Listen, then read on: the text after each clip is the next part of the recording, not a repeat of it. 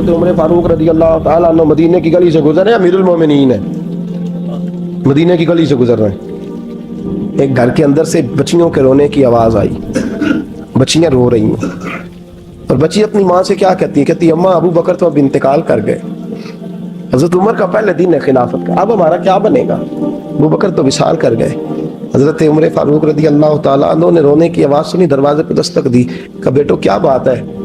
تو بچیاں کہنے لگیں عمر ہمارے ابا جی ہماری 10-15 بکریاں ہیں، تو ہمارے والد صاحب ان کا دودھ دھو کے بیچا کرتے تھے، گزارا ہو جاتا تھا۔ جس دن ابا جی فوت ہوئے تو اس دن سے لے کر ابو بکر صدیق روز عصر کے بعد آیا کرتے تھے، ہماری بکریوں کا دودھ دھو کے دیتے تھے، کچھ ہم پیتی تھی، کچھ بیچ لیتی تھی، گزارا چلتا تھا۔ جس دن ابو بکر صدیق خلیفہ بنے تو ہم نے جا کے کہا ابو بکر اب کون دودھ دھوئے گا؟ تو سیدنا صدیق اکبر رضی اللہ تعالیٰ عنہ نے فرمایا بیٹے پہلے تو میں مرضی سے خدمت کرتا تھا، اب تو مصطفیٰ کی۔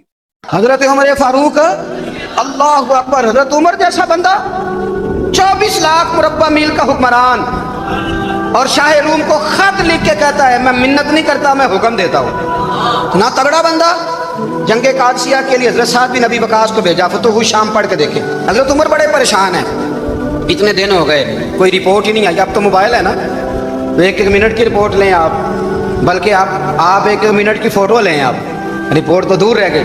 حضرت عمر فاروق رضی اللہ تعالیٰ عنہ بڑے پریشان ہیں کہ قادسیہ میں حضرت سعد بن ابی وقاص کے ساتھ لوگ جہاد کرنے گئے، رپورٹ کوئی نہیں آئی۔ اتنے پریشان تھے کہ باہر نکل کے نا اس رستے پہ بیٹھ جاتے جو رستہ قادسیہ کی طرف سے آتا تھا، اس جو بھی آتا جاتا پوچھتے جنگ کے کیا حالات ہیں۔ ادھر جب اللہ نے فتح دے دی نا تو حضرت سعد بن ابی وقاص رضی اللہ تعالیٰ عنہ نے ایک قاصد کو خط دے کے بھیجا، کہنے لگے عمر کے پاس جاؤ، انہیں اطلاع دو کہ الحمدللہ اللہ نے اسلام کو فتح عطا کر دی۔ یہ حضرت عمر کو جا کے دینا، وہ بڑے پریشان ہوں گے۔ وہ جو اس زمانے میں اس طرح ہوتا تھا کہ کئی دور دور سے صحابہ جو دوسرے شہروں کے ملکوں کے رہنے والے ہوتے تھے وہ بھی آ کے شامل ہو جاتے تھے جہاد میں، کوئی ایک دفعہ مدینے آیا، کوئی 2 دفعہ آیا، پھر اپنے اپنے علاقوں میں بہت سارے لوگوں نے زیادہ دفعہ حضرت عمر کو دیکھا بھی نہیں تھا۔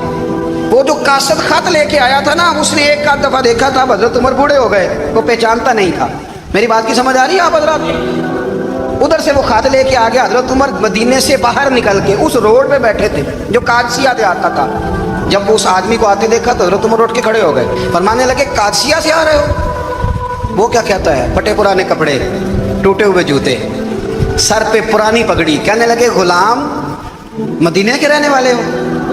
حضرت عمر کہنے لگے ہاں مدینے کا ہوں۔ کہا میں قادسیہ سے آیا ہوں، الحمدللہ اللہ نے اسلام کو فتح دے دی ہے، الحمدللہ کفر کی کمر ٹوٹ گئی ہے۔ اس نے یہ بات کر کے تو گھوڑے کو ایڑی لگائی، گھوڑا دوڑنے لگا مدینے کے، حضرت عمر بھی ساتھ ساتھ دوڑ رہے ہیں۔ فرمانے لگے اچھا بتاؤ خالد بن ولید کا کیا حال ہے؟ تھوڑا آگے جا کے فرمانے لگے اسامہ بن زید کیسے؟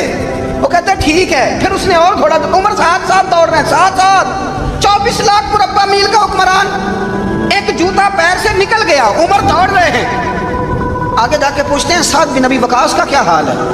کہ حضور وہ بھی ٹھیک ہے۔ کتنے لوگ میرے شہید ہو گئے مسلمانوں میں سے؟ کہنے لگا صحیح گنتی کا نہیں پتا، یہ لفظ ادا ہوتے ہوتے مدینے کی سرحد آ گئی۔ لوگوں نے عمر کو گھوڑے کے ساتھ دوڑتے دیکھا تو کہا امیر المومنین کیوں دوڑ رہے ہیں؟ وہ غلام چھلانگ لگا کے نیچے آیا، قدموں میں بیٹھ گیا، کہنے لگا حضور آپ نے بتایا ہی نہیں آپ امیر المومنین ہیں۔ آپ فرمانے لگے کیا بتاتا؟ میں تو اونٹ چرانے والے کا پتر ہوں، کیا بتاتا؟ وہ عمر ہوں جس نے اپنے گناہوں کا حساب دینا ہے، کیا بتاتا؟ جو سعد بن ابی وقاص کو جہاد پہ بھیج کے خود بزدلوں کی طرح گھر میں بیٹھا ہے، کیا بتاتا؟ کوئی حیثیت نہیں، کوئی طاقت۔ تو نے اچھا کیا، تو تو مجاہد تھا، مجھے ساتھ ساتھ دوڑایا، تو نے اچھا کیا۔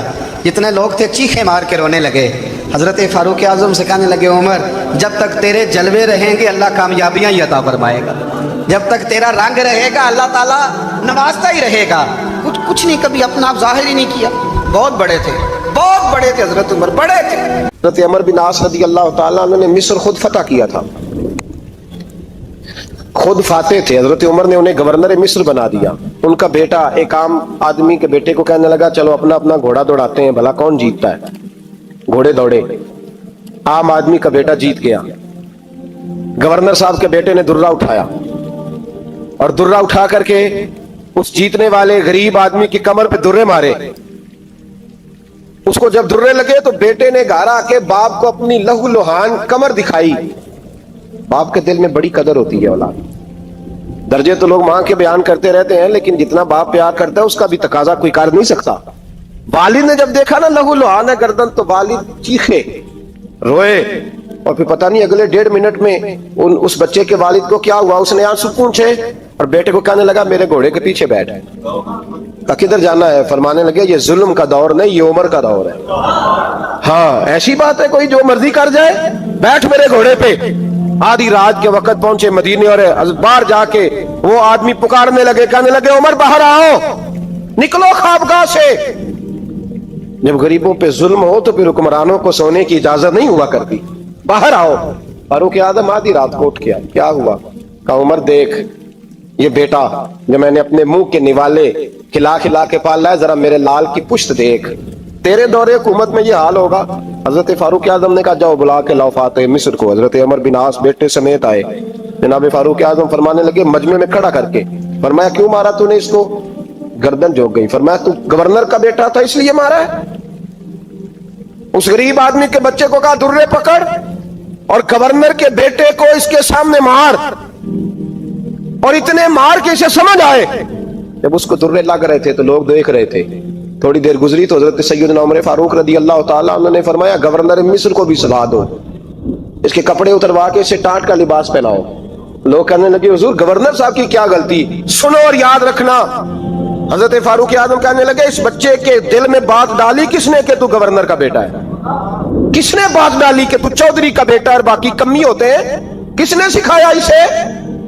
وہ طاقتیں بھی ہم کچھ لیں گے جو سکھاتی ہیں کہ فلانا بڑا ہے فلانا چھوٹا ہے. فرمایا نا، جب کوئی رسول اللہ کا کلمہ پڑھ لیتے ہیں وہ برابر ہو جایا کرتے ہیں.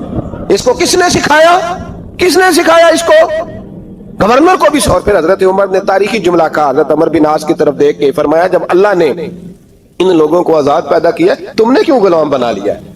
جب رب نے آزاد پیدا کیا تم نے کیوں غلام بنایا ہے؟ عزیزو یاد رکھو، جب انصاف کا بول بالا ہوتا ہے پھر کوئی آدمی ڈرتا ہے. یہاں انصاف نہیں ملتا. اور میں آپ خود ایک بات یاد آ گئی، حضرت عمر کا زمانہ تھا تو غسان کے بادشاہ نے کلمہ پڑھ لیا. جو لوگ غریب کہلاتے ہیں نا وہ ذرا میری بات پہ زیادہ توجہ کریں، غریبوں کو سنانے لگا ہوں، غریب ذرا توجہ کریں. غسان کے بادشاہ نے اسلام قبول کر لیا، اور اسلام قبول کرتے ہی وہ آئے حج کرنے. حج کے بعد فارغ ہوئے تو ایک نفلی طواف کر رہا تھا غسان کا بادشاہ شاہ غسان. آج تو خانہ کعبہ میں بھی وی آئی پی پروٹوکول ملتا ہے، آج تو مسجد نبی میں بھی وی آئی پی پروٹوکول ہوتا ہے. یہاں آ کے بھی، یہاں بھی اور دیکھتے صحیح تو کھڑا کہاں ہے؟ یہاں بھی پولیس والوں نے بازو پکڑے. سوچو تو صحیح، یہ حال کر دیا تم نے مذہب کا. طواف کعبہ ہو رہا ہے اور غسان کے بادشاہ نے جبہ پہنا ہوا ہے باریک اور لمبا. وہ طواف کعبہ کر رہا تھا تو ایک غریب آدمی کا پیر اس کے جبے پہ آ گیا. جب پیر آیا تو اس نے پلٹ کے غریب کے منہ پہ تھپڑ مارا. جب تھپڑ مارا تو اس غریب نے سیدنا فاروق اعظم کی عدالت میں مقدمہ کر دیا، کہا بادشاہ نے تھپڑ مارا ہے. حضرت عمر فاروق رضی اللہ تعالیٰ عنہ نے بادشاہ کو بلایا، فرمایا تو نے اس غریب کو مارا ہے؟ کہا جناب اس نے پیر رکھا تھا. تو فرمایا پیر رکھا تھا تو کیا ہو گیا؟ تو نے کیوں لمبا جبہ پہنا تھا؟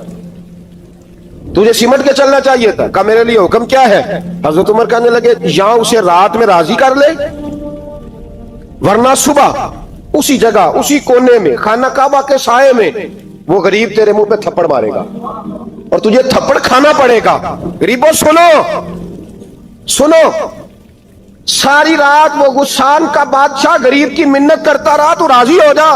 غریبوں تم سے شکوہ ہے، تم 2-4 لاکھ پہ راضی ہو جاتے ہو. غریبوں تم سے شکوہ ہے، تم انصاف ہونے نہیں دیتے.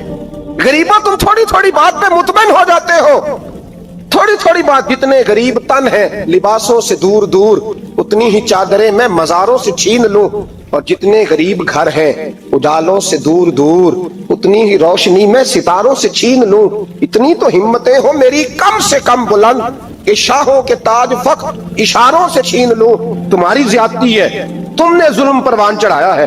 جب تم چودھری کے کہنے پر ایم این اے کے کہنے پہ راضی ہو جاتے ہو، تم انصاف ہونے نہیں دیتے. ڈٹنا سیکھو، کھڑے ہونا سیکھو.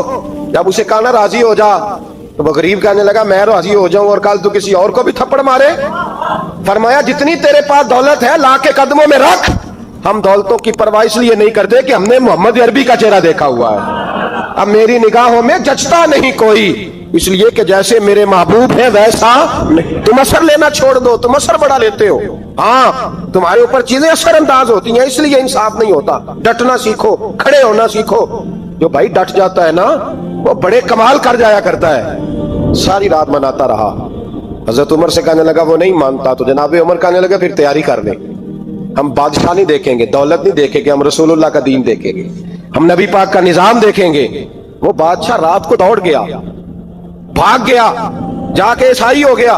لوگوں نے کہا اتنا قیمتی آدمی عمر نے ضائع کر دیا۔ فرمایا چپ کرو، میں نے کوئی چیز ضائع نہیں کی، میں نے تو اپنے رسول کا دین بچا لیا ہے، کوئی شے ضائع نہیں ہوئی۔ عدل جب تک میں پھر کہوں گا اس عدل کے نقصان میں ہر آدمی برابر کا شریک۔ ہم عدل ہونے نہیں دیتے، ہم عدل قائم نہیں کرتے، ہمارا تقاضا ہی نہیں کہ عدل ہو، ہم اپنے آپ کو عدل کے لیے پیش ہی نہیں کرتے، مزاج ہی نہیں۔ حضرت علی المرتضیٰ ایک جری انسان تھے، اور وہ علی تھے جن پر انسانیت رشک کرتی، اور مولا علی وہ ہستی تھے کہ میرے مصطفیٰ کریم صلی اللہ تعالی علیہ وسلم نے فرمایا اس کے دیدار کو تو فرشتے بھی آیا کرتے نا، بڑا آدمی۔ اور پھر امیر المومنین خلیفۃ المسلمین حضرت علی، خود مولا علی نے حضرت قاضی شریح کو قاضی بنایا، چیف جسٹس بنایا، اپنے ہاتھوں سے تعیناتی کی۔ حضرت مولا علی رضی اللہ تعالیٰ عنہ کی زرہ گم ہو گئی، کافی دیر گزر گئی تو ایک یہودی کے پاس وہ زرہ آپ کو نظر آئی۔ حضرت علی نے ڈائریکٹ اس سے چھین نہیں لیا، حالانکہ امیر المومنین تھے۔ ہمارے ہاں ڈنڈا بھی بڑا چلتا ہے نا، جو طاقتور ہوتا ہے وہ تو تھانے جاتا ہی نہیں، اس کو ضرورت نہیں، اس نے تو بندے رکھے ہوئے ہیں، اس کو تو پتہ ہے کام کیسے لینا ہے۔ لیکن حضرت علی نے آئینی رستہ اختیار کیا، قانونی رستہ۔ قاضی صاحب کی عدالت میں مقدمہ کیا کہ فلاں یہودی کے پاس میری زرہ ہے اور وہ چوری ہو گئی تھی، گر گئی تھی، گم گئی تھی، مجھے دلائی جائے۔ قاضی صاحب نے بلا لیا یہودی کو، امیر المومنین بھی کٹہرے میں۔ قاضی صاحب کہنے لگے اس سے کہ زرہ تیری ہے؟ اس نے کہا جی میرے پاس ہے تو میری ہے۔ قاضی صاحب کہنے لگے حضرت علی سے گواہ آپ کو دینے پڑیں گے کیونکہ مقدمہ آپ نے کیا ہے، اگرچہ وہ امیر المومنین ہے۔ توجہ ہے بھائیوں کی، سمجھ آ رہی ہے باتوں کی؟ گواہ امیر المومنین آپ نے دینے ہیں کیونکہ مقدمہ آپ نے دائر کیا ہے۔ تو حضرت علی کہنے لگے میرا بیٹا حسن گواہی دے گا کہ میری ہے، اور میرا غلام کمبر گواہی دے گا۔ قاضی صاحب کہنے لگے حضور ان کی گواہی درست تو ہے پر میں نہیں تسلیم کرتا، اس لیے کہ بیٹے تو باپ کے حق میں بولا ہی کرتے ہیں، نوکر تو آقاؤں کے حق میں بولتے ہی ہیں، جائیں کوئی غیر جانبدار بندہ لے کے آئیں جو گواہی دے۔ حضرت علی خاموش ہو گئے، کہنے لگے ابھی میرے پاس ایسا کوئی گواہ نہیں۔ قاضی صاحب کہنے لگے چلیں پھر آپ یہودی کو راضی کریں، آپ نے کیوں بلا وجہ گھسیٹا عدالت میں، راضی کریں، انصاف کا تقاضا ہے۔ حضرت علی قریب گئے، کہنے لگے بھیا ناراض نہ ہونا، زرہ تو میری ہے، ناراض نہ ہونا، میں نے غلط مقدمہ نہیں کیا، علیحدہ بات ہے کہ میرے پاس گواہ نہیں تو میں کوئی بے انصافی نہیں کر سکتا، تو میرے ساتھ چل تجھے کھجوروں کا حلوہ کھلاتا ہوں تاکہ تو راضی ہو جائے۔ وہ یہودی کہنے لگا میں نے قاضی صاحب کا انصاف دیکھا اور جناب علی کا انصاف کے لیے کھڑا ہونے دیکھا تو میں مولا علی کے قدموں میں بیٹھ گیا۔ میں نے کہا علی جب تیری یہ شان ہے تو محمد عربی کا کیا مقام ہوگا؟ میں نے کلمہ پڑھنا شروع کر دیا۔ دیکھیں نا تقاضا پورا کیا ہے حضرت علی نے۔ تو وہ کہنے لگا علی تیرے انصاف کے رنگ نے نا، جملہ یاد رکھنا، کہنے لگا یہودی علی تیرے انصاف کے اس رنگ نے میرے دل سے کفر کی میل دور کر دی، تیرے عدل نے میرا کفر توڑ دیا، کفر۔ لیکن شرط دیکھیں نا، غریب آدمی ابو ایوب انصاری، ماڑے بندے، اب تو پیر اور مولوی بھی گنجائش نہیں نہ دیتا کسی کو بولنے کی، تو سیاست دان تو اللہ کی پناہ، وہ تو پتہ نہیں کس طرح سوتے ہیں رات کو، اللہ ہی جانتا ہے، پتہ نہیں کس طرح اپنے آپ کو مطمئن کر کے وہ زندگیاں گزار رہے ہیں، خدا ہی بہتر جانتا ہے۔ حضرت عمر فاروق جیسا دلیر اور جرری آدمی جمعہ پڑھانے مسجد میں داخل ہوئے تو جناب ابو ایوب انصاری دروازے پہ کھڑے ہو گئے، کہنے لگے عمر تیرے نوکر نہیں، ٹائم پہ آیا کر، بڑی دیر سے کھڑے ہیں، کیوں دیر سے آیا ہے؟ بڑے جلالی تھے نا حضرت عمر، لیکن وہ جلالی اس وقت تھے جب کوئی ظلم کرتا تھا، اور ذات کے لیے جلالی نہیں تھے۔ کب وقت پہ آیا کر، کو ملازم نہیں تیرے۔